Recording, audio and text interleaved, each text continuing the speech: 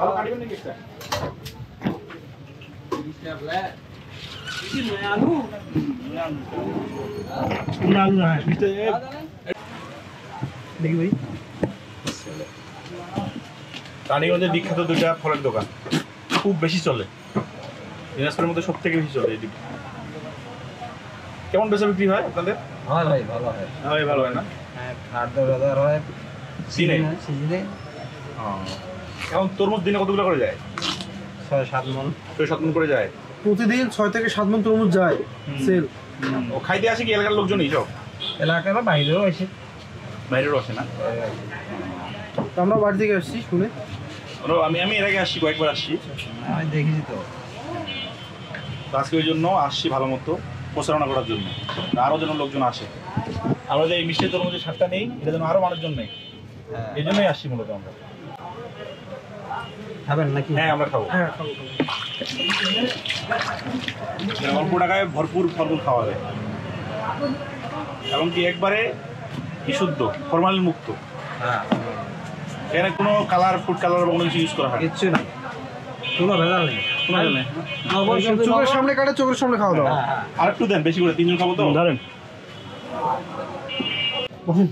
একটু আনারস দেন আমাদেরকে আর আনারসও কাটে দেন যেহেতু নামাজে চলে যাবেন আপনি আমরা সব কিছু স্বাদ গ্রহণ করি অন্য একটা ছিল দেন বাড়ি একটু খাই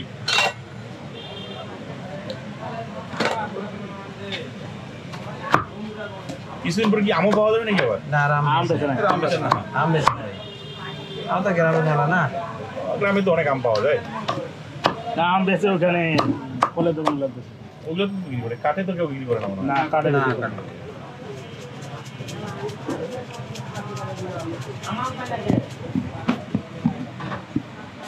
আগে কি খাবো আনারস না তরমুজ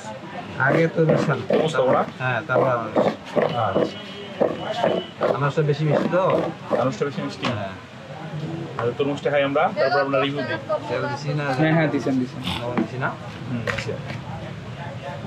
আমরা এখানে বসে খাবো এগুলো ওগুলো তো আলাদা এই যে পার প্লেট মনে হয় 20 টাকা করে না 20 টাকা খাই একটু রিভিউ দেন কেমন হয়েছে বসেন আমি বলুন এক প্লেট সবই জানা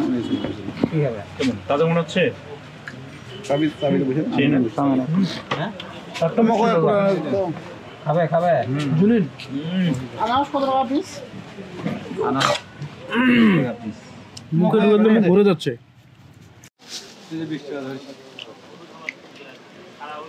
কেমন সাধারণ অসাধারণ না